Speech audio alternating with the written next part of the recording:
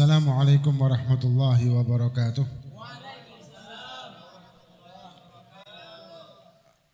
Alhamdulillah. Wassalatu wassalamu ala rasulillah Sayyidina Muhammad bin Abdullah wa ala alihi wa sahbihi wa man walah, amma ba'du. Alhamdulillah, kita pada malam hari ini bersama-sama diberi kesempatan oleh Allah Subhanahu wa taala hadir di majlis yang penuh dengan kemuliaan dan keberkahan, majlis pembacaan Maulid Nabi kita Muhammad sallallahu alaihi wasallam di Langgar Nurul Wahdah. Ya, moga-moga apa yang kita kerjakan, amalkan pada malam hari ini diterima oleh Allah Subhanahu wa taala. Dan moga-moga hajat-hajat kita, keperluan kita dikabulkan oleh Allah Subhanahu wa taala. Dan moga-moga kita tidak pulang dan beranjak dari tempat ini kecuali tambah iman kita, ketakwaan kita, dan mahabbah cinta kita kepada Allah dan cinta kita kepada Nabi Muhammad sallallahu alaihi wasallam. Dan kepada para habaib dan guru, ya, moga-moga Allah Subhanahu wa taala memberikan beliau tetap sehat, afiah, panjang umur fi taatillah, hingga bisa membimbing kita dan mengajarkan kepada kita bagaimana cara menjadi muhibbin dengan cara yang benar sesuai aturan-aturan syariat dan tidak menyimpang dari syariat itu sendiri. Saya ditanya sama orang, apa arti muhibbin? Banyak pengertian-pengertian tentang muhibbin ini sudah banyak. Tapi intinya muhibbin ini adalah pecinta. Pecinta apa? Apa yang dicintai? Dan bagaimana itu cinta? Muhibbin dominan dengan mencintai keluarga Nabi karena mencintai Nabi. Umumnya seperti itu. Dan ini merupakan kewajiban memang. Kenapa? Karena kewajiban kita untuk mencintai Nabi Muhammad SAW. Ketika kita cinta sama Nabi, maka kita juga wujud dari cinta kita. Maka kita juga mencintai yang dicintai oleh Nabi. Nabi mencintai para istrinya, Nabi mencintai keluarganya, Nabi mencintai putri-putrinya, Nabi mencintai anak turunnya, maka kita wajib juga mencintai mereka semua. Nabi mencintai para sahabatnya, maka kita wajib juga mencintai mereka tanpa pandang bulu.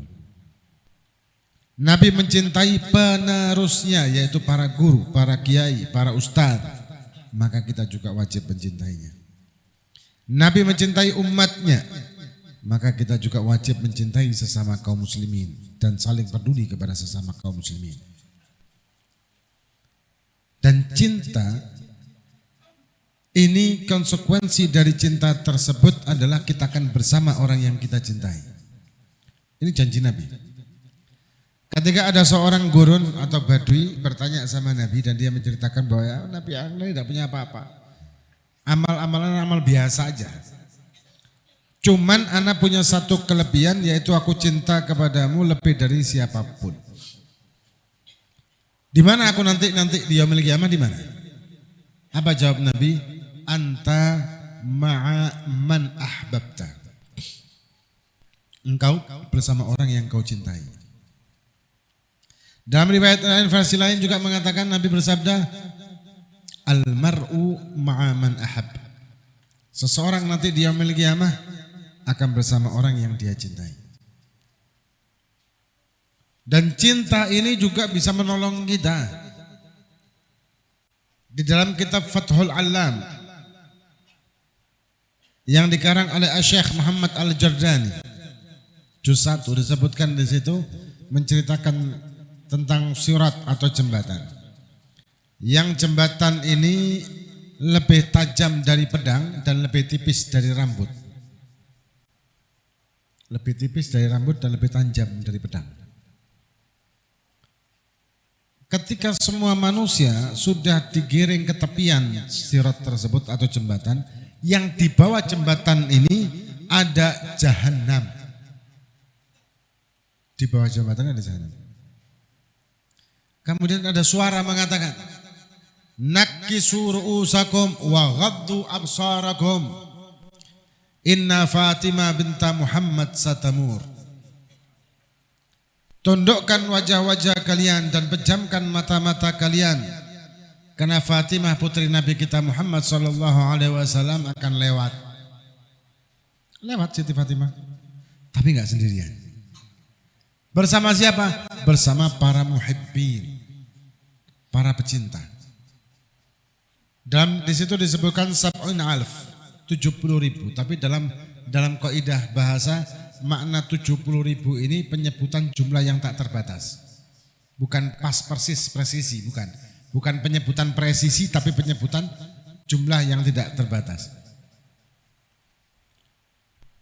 Jumlah yang tak terbatas tersebut para muhibbin ada di belakang Siti Fatimah dan mengikut sampai ke tepian dengan secepat kilat. Para pecinta. Dan banyak lagi kisah-kisah para pecinta yang mendapatkan keistimewaan kemuliaan karena mencintai. Salah satunya adalah Syekh Abdullah Basaudan.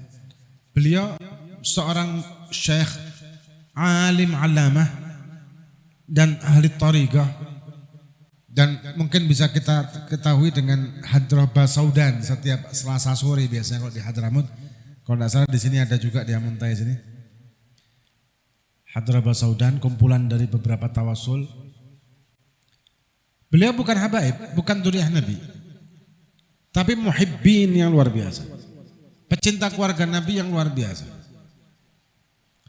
Di Mekah ada seorang ulama ahlul kasyaf. Kasyaf ini orang yang dibuka hijab sama Allah. Dia bisa mencium baunya dzurriyyah Nabi. Jadi kalau di majelisnya dia mencium bau dzurriyyah Nabi ini, dia berdiri untuk menghormati siapa dzurriyyah Nabi ini. Suruh duduk di depan. Dari penciuman aja. Dan memang kalau dalam sejarah, literatur sejarah ya, para keturunan Nabi itu dari Imam Ali, dari Imam Hasan, Husain dan Imam Ali itu ada bau khas, memang ada bau harum yang khas sekali bahwa itu merupakan dzurriyyah Nabi. Jadi zaman dulu tidak perlu pakai robitoh sudah. Cukup dengan baunya saja, ini palsu, ini asli gitu. Cuman pada zaman Imam Ali Al-Uraidhi karena banyaknya fitnah. Fitnah ini karena banyaknya para ahli bait, para dzurriyyah Nabi yang dibunuh, yang diintimidasi, yang dikucilkan, yang di macam-macam lah. Bahkan pecinta-pecinta mereka pun termasuk seperti Imam Syafi'i itu sempat ditahan karena mencintai ahlul bait, mencintai keluarga Nabi. Kenapa demikian pada waktu itu? Karena urusan politik. Penguasa pada waktu itu takut masyarakat ini karena cintanya kepada dzurriyyah Nabi akan menggulingkan penguasaan pada waktu itu dan menggantinya dengan dzurriyyah Nabi. Padahal para dzurriyyah Nabi diajarkan untuk tidak boleh memberontak kepada penguasa. Itu ajaran nenek moyang itu sudah, itu kode etik itu sudah. Kode etik untuk tidak bughah atau memberontak. Tapi karena ketakutan seperti Imam Ali Zainal Abidin, pernah suatu saat Hisham bin Abdul Malik ini waktu itu dia putra mahkota. Hisham bin Abdul Malik. Dia tawaf bersama pasukannya dan tamu-tamu negara dari Syam. Tawaf dengan pasukan pengawalnya ini dengan berdesak-desaan begitu. Kemudian dia ingin mencium Hajar Aswad, tak bisa. Karena banyak orang desak-desaan padahal banyak pengawalnya. Tidak bisa juga, tidak bisa mendekat. Akhirnya kesel dia, dah capek. Dia usah nunggu aja, nunggu dia bikin kemah di bukit. Waktu itu belum Mekah seperti sekarang, ada bukit.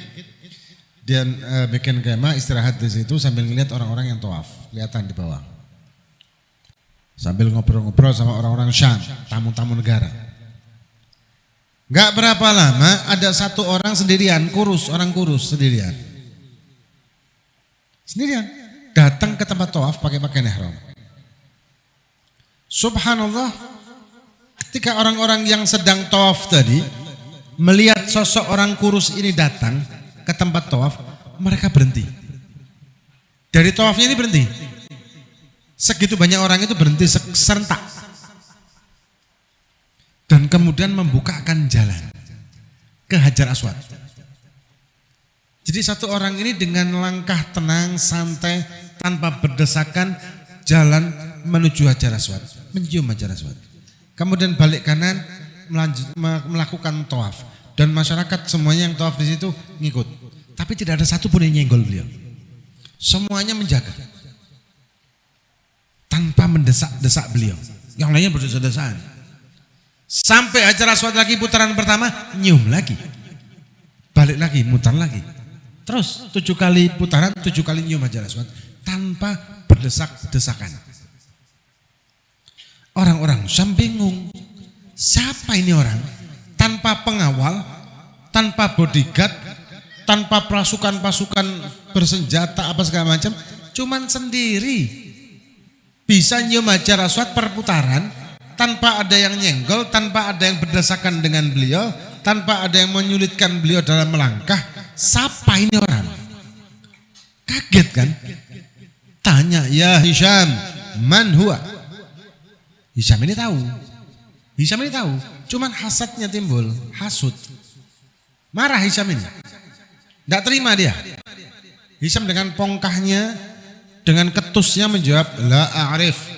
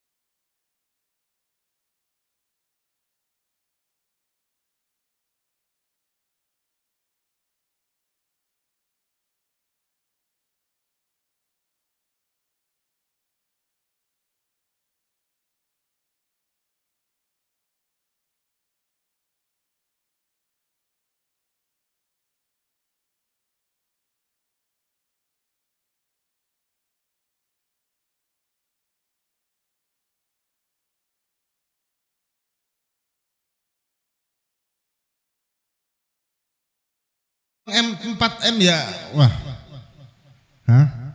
Kawin lagi kata orang-orangnya. Apa kata Farosdak? Enggak, bukan ini yang aku harapkan. Tolong kembalikan kepada Imam Ali. Imam Ali menyuruh utusan. Tolong kembalikan kepada Imam Ali dan katakan aku memujinya karena aku mencintai Ahlul Bait Nabi. Ini suatu kewajiban bagiku, bukan karena uang. Dikembalikan. Dikembalikan kata Imam Ali apa? Nahnu ahlul bait. Kami ahlul bait diajari kalau kami sudah keluar memberi hadiah maksudnya, maka pantang untuk kembali lagi ke kami. Kembalikan lagi. 4M. Itu kemuliaan para muhibbin dan juga kemuliaan ahlul bait Nabi yang berpegangan dengan thariqahnya Nabi Muhammad SAW. Nah, Syekh siapa namanya? Imam Ali Al-Uraidi pada waktu itu terakhir yang tercium bau. Terakhir itu Imam Ali Al-Uraidi. Beliau minta sama Allah untuk menghijab bau tersebut dari anak cucunya, dari semua keturunan Ahlul Bait, karena menghindari fitnah tadi. Penguasa itu akan begini, soalnya kenapa sih? Orang yang dicintai itu punya kekuatan melebihi orang yang ditakuti kan? Karena kekuatan cinta itu lebih dahsyat daripada kekuatan takut. Ada penguasa yang menakut-nakuti, ada penguasa yang memberikan cinta, yang membuat masyarakatnya jatuh cinta. Maka akan lebih awet penguasa yang dicintai, bukan ditakuti. Nah, turun-temurun para Ahlul Bait ini dicintai masyarakat. Dicintai masyarakat. Turun-temurun. Bahkan orang-orang yang menyimpang aliran dari kita bukan aswaja pun percaya tentang Ahlul Bait ini. Orang-orang Wahabi, orang-orang Salafi percaya, Ahlul Bait itu percaya. Memang ada dalilnya semua lengkap sudah. Cuma itu tadi karena takut, maka sama seperti zaman Sana Fakih Muqaddam Muhammad bin Ali Ba'alawi juga begitu. Penguasa pada waktu itu ketar-ketir, mereka takut bahwa Sana Fakih Muqaddam akan merebut kekuasaan, akhirnya dipatahkan pedang. Sana Fakih Muqaddam mengambil pedangnya dan dipatahkan dengan isyarat bahwa kami tidak campur urusan politik. Patah. Baru tenang penguasa waktu itu. Nah karena itu akhirnya terhijab. Bau tadi terhijab. Sampai dimakamkan Imam Ali Al-Uraidi bau di makamnya. Akhirnya karena pada itu penguasa zaman itu, penguasa sekarang maksudnya ya. Ya bukan sekarang sih, yang sebelum ini kan penguasa yang Wahabi gotek gitu kan. Takut ditakutkan syirik apa segala macam gitu kan. Akhirnya ditutupi, dibikin bangunan untuk menutupi bau harum itu yang keluar dari makamnya Imam Ali Al-Uraidi. Masih tercium, akhirnya dikasih binatang-binatang merpati atau apa supaya kotorannya di situ menutupi bau harumnya. Tapi samar-samar masih tercium bau harum. Dengan campuran bau kotoran binatang. Itu di tengah-tengah sawah, tengah-tengah kebun kurma. Makamnya Imam Ali Al-Uraidi. Tidak banyak yang tahu. Nah, Syekh Abdullah Basaudan suatu saat beliau ini datang ke Mekah ke tempatnya wali ini tadi, yang dia bisa mencium. Nah ini menciumnya bukan mencium seperti Imam Ali Al-Uraidi, tapi mencium dengan batinnya karena saking cintanya sama Ahlul Bait sampai bisa kecium secara maknawi ya, secara hakikatnya. Suatu ketika beliau ini di majelisnya tahu-tahu berdiri, tapi bingung. Berdiri, duduk lagi, berdiri, duduk lagi, kayak orang bingung. Bingungnya dia, ini baunya bau Ahlul Bait, tapi yang datang kok bukan Ahlul Bait. Syekh Abdul Basaudan. Maka dia bingung. Padahal ini Syekh Abdul Basaudan bukan dzurriyyah Nabi, tapi kok tercium bau dzurriyyah Nabi. Bingung si wali ini naik turun. Orang bingung lihat, ini kok kayak orang bingung. Dia bingung. Ternyata apa? Ternyata Syekh Abdullah Basaudan ini betul bukan dzurriyyah Nabi, tapi muhibbin. Karena cinta, maka baunya pun sama dengan yang dia cintai. Sampai seperti itu. Bagaimana nanti di yaumil qiyamah? Gitu. Karena cinta dengan pecintanya akan bersama-sama nanti dengan yaumil qiyamah kan? Orang yang cinta akan bersama-sama orang yang dia cintai nanti di yaumil qiyamah. Ya, moga-moga kita semua akan bersama orang yang kita cintai nanti di yaumil qiyamah, yaitu para ulama, para habaib, para guru, para kiai. Dan memang mencintai dengan landasan dan sababiyah karena Nabi harus dibedakan juga mencintai dengan mengikuti dan mentaati. Memang ketika ada para habaib, para dzurriyyah Nabi yang menyimpang alirannya, kita tidak boleh mentaati, tapi tetap mencintai, iya. Nah, wujud dari cinta kita adalah amar ma'ruf nahi mungkar ketika kita mendapati ada dzurriyyah Nabi yang menyimpang dari garis nenek moyangnya. Bukan kita ikuti dan kita dukung, bukan. Karena amar ma'ruf nahi mungkar itu landasannya adalah mahabbah, landasannya adalah cinta. Kalau ada orang yang dia cinta sama dzurriyyah Nabi, kemudian ada satu dzurriyyah Nabi menyimpang dari garis nenek moyangnya dan dia biarkan, malah dia fasilitasin, maka ini cintanya palsu. Bukan cinta namanya, ini dia justru menjerumuskan orang yang harusnya dia cintai, dia jerumuskan. Dan hakikatnya cinta sama dzurriyyah Nabi, kenapa? Karena ada darah Nabi di darah mereka, ada DNA Nabi di DNA mereka. Kan hakikatnya kan cintanya mereka ini kan cinta karena Nabi toh. Nah, kalau ada anak cucunya melakukan kemaksiatan, kefasikan atau aliran yang menyimpang dan kita membiarkan atau malah memfasilitasi, apa enggak sedih Nabi? Dan kita masih mengaku cinta sama Nabi kalau kayak gitu? Mustahil. Bukan cinta namanya. Terus bagaimana amar ma'ruf nahi munkar? Kalau enggak bisa, saya takut begini begitu. Oke lah, kasih tahu Habib-habib yang lain, banyak di sini juga banyak, di mana-mana kota juga banyak, ada Robitul Alawin juga ada. Kasih tahu bahwa ini saya cinta sama Habib, cuma ada Habib yang gini-gini, yang gitu-gitu, tolong biar diatasi sama mereka sendiri. Selesai. Kita husnudzon, kita doakan. Selesai. Tapi kalau ittiba enggak. Ittiba kepada yang bersanad. Ittiba ilmu dengan sanad. Memang ada para habaib yang sanadnya sanad zahabi atau sanad emas. An abin. Jadi an abin. Beliau belajar dari gurunya, yaitu sekaligus ayahnya. Kemudian ayahnya belajar sama guru yang sekaligus ayahnya juga. Terus jadi silsilah plus nasab. Apa? Sanad plus nasab. Itu dinamakan silsilah zahab atau emas. Silsilah nasab emas itu, silsilah plus sanad keilmuan. Banyak dari para habaib seperti itu banyak. Nah, di Indonesia juga ada. Nah, intinya kalau ittiba, baik itu para ulama yang bukan dzurriyyah Nabi atau yang dzurriyyah Nabi, asal mereka bersanad keilmuan, kita ittiba, ikuti. Selamat dunia akhirat.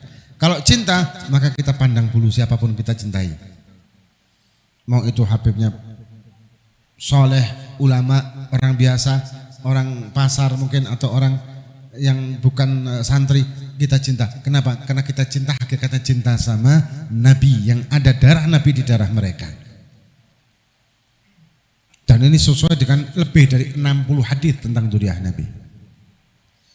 Bahkan sampai ada satu hadis yang diriwayatkan oleh Imam Ahmad, yang intinya makna hadis bahwa semua nasab dan sabab akan yang qati yaumil qiyamah, kullu sababin wa nasabin yang qati yaumil qiyamah ila sababi wa nasabi. Makna hadis kama qol. Semua nasab dan semua sabab. Nasab ini berarti kan keturunan tadi toh.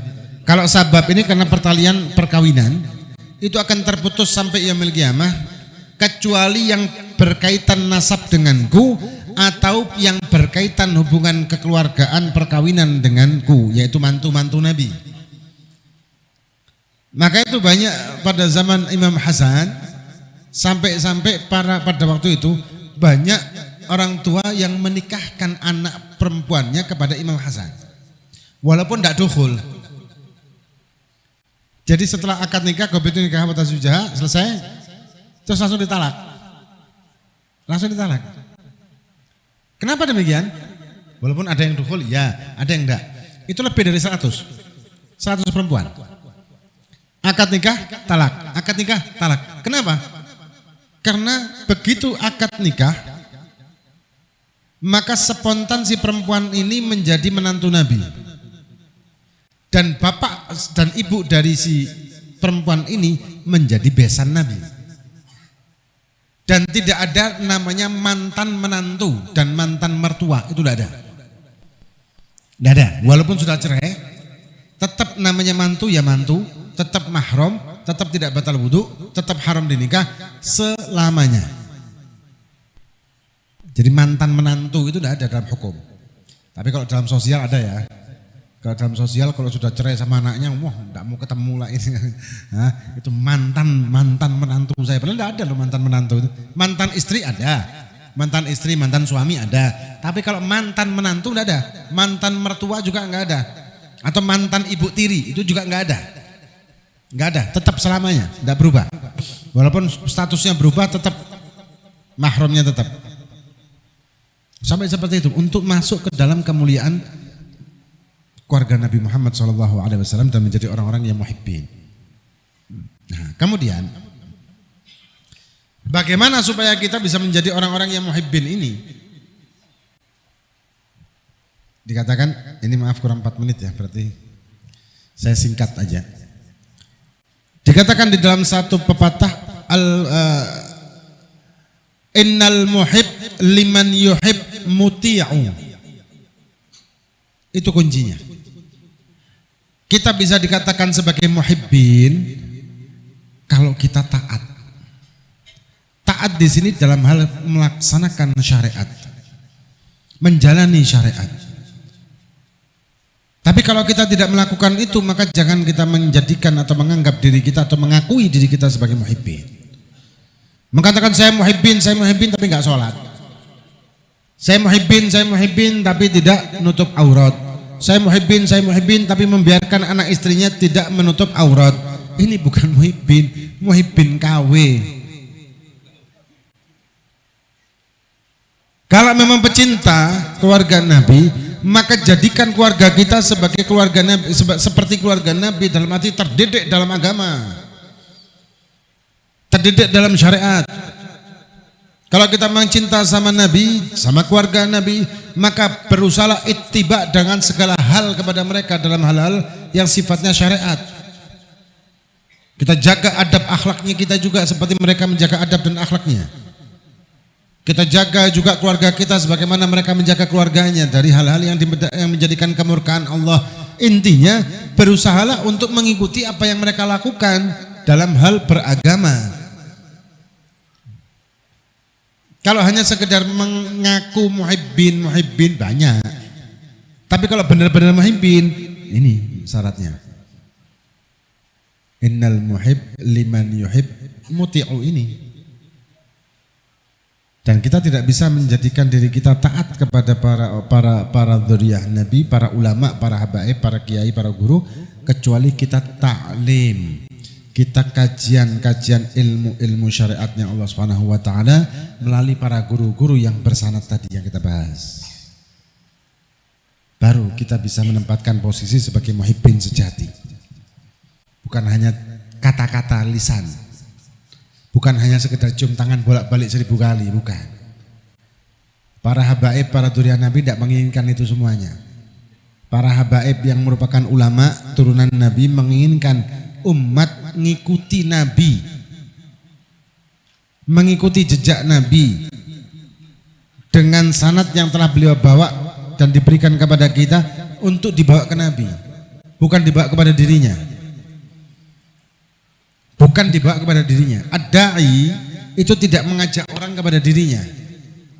Ad-da'i sejati, ya para habaib yang Masya Allah tidak akan pernah mengajak orang kepada dirinya, tapi kepada Allah dan Rasulnya. Itu bukan cintailah aku, enggak, tapi cintailah Allah dan Rasul. Beliau sebagai pembawa, penerus, sebagai pewaris. Bukan ke aku, bukan, tapi ke Allah lah dan Rasulnya. Ke Allah lah. Ati Allah wa Rasul, ati Allah wa Rasul, bukan ati uni, bukan. Itu. Nah ini maaf sudah terlambat 1 menit.